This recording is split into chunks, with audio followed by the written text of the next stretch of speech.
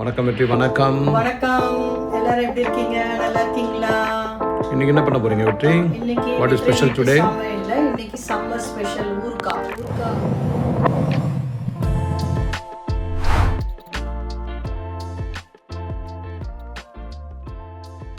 இந்த வாட்டி மாங்காய் தொக்கு பண்ண போகிறேன். ரொம்ப ஈஸி, சிம்பிள், எல்லாருக்கும் தெரிஞ்சிருக்கும். இருந்தாலும் இளம் தலைமுறைங்களுக்கு கொஞ்சம் ஈஸியாக இருக்கும் அப்படின்றதுனால இதை நான் நிறைய பேர் கேட்டிருக்காங்க, அதனால் இதை செய்கிறேன். நான் ஆல்ரெடி இதை நான் தூர்தர்ஷனில் வேறு போட்டிருக்கேன்.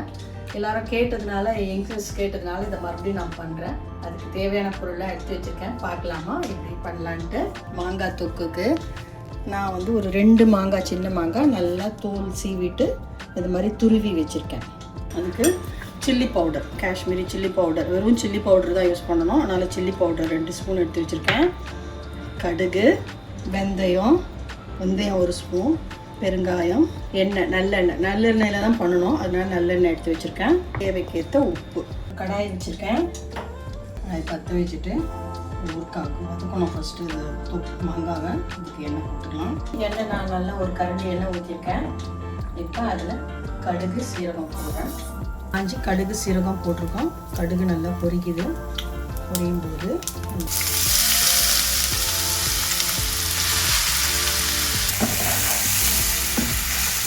நல்லா வதங்குது பாருங்கள்.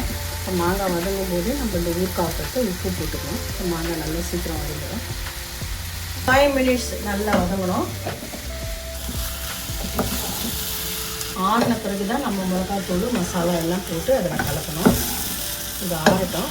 அதுக்குள்ளே இந்த ஊறுகாய்க்கு தொக்குக்கு மசாலாவை நம்ம ரெடி பண்ணிக்கலாம்.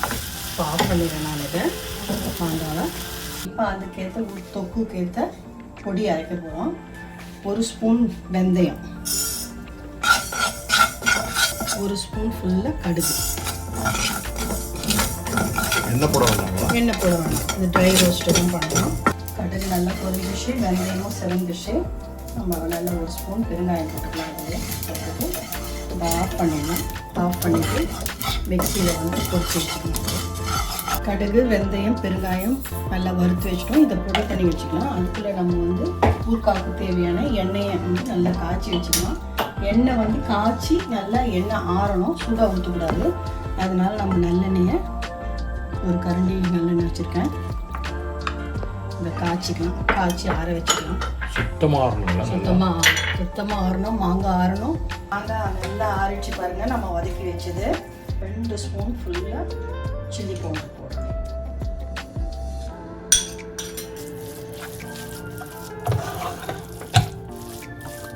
கடுகு, வெந்தயம், பெருங்காயம், இப்போ அதையும் அதில் போட்டு கலரும். இந்த பொடி போட்டுட்டோம். பொடியும் போட்டு நம்ம நல்லா மிக்ஸ் பண்ணிட்டோம். மிக்ஸ் பண்ணிவிட்டு எல்லாம் ஒன்று சேர்ற மாதிரி நல்லா கலந்துடுங்க.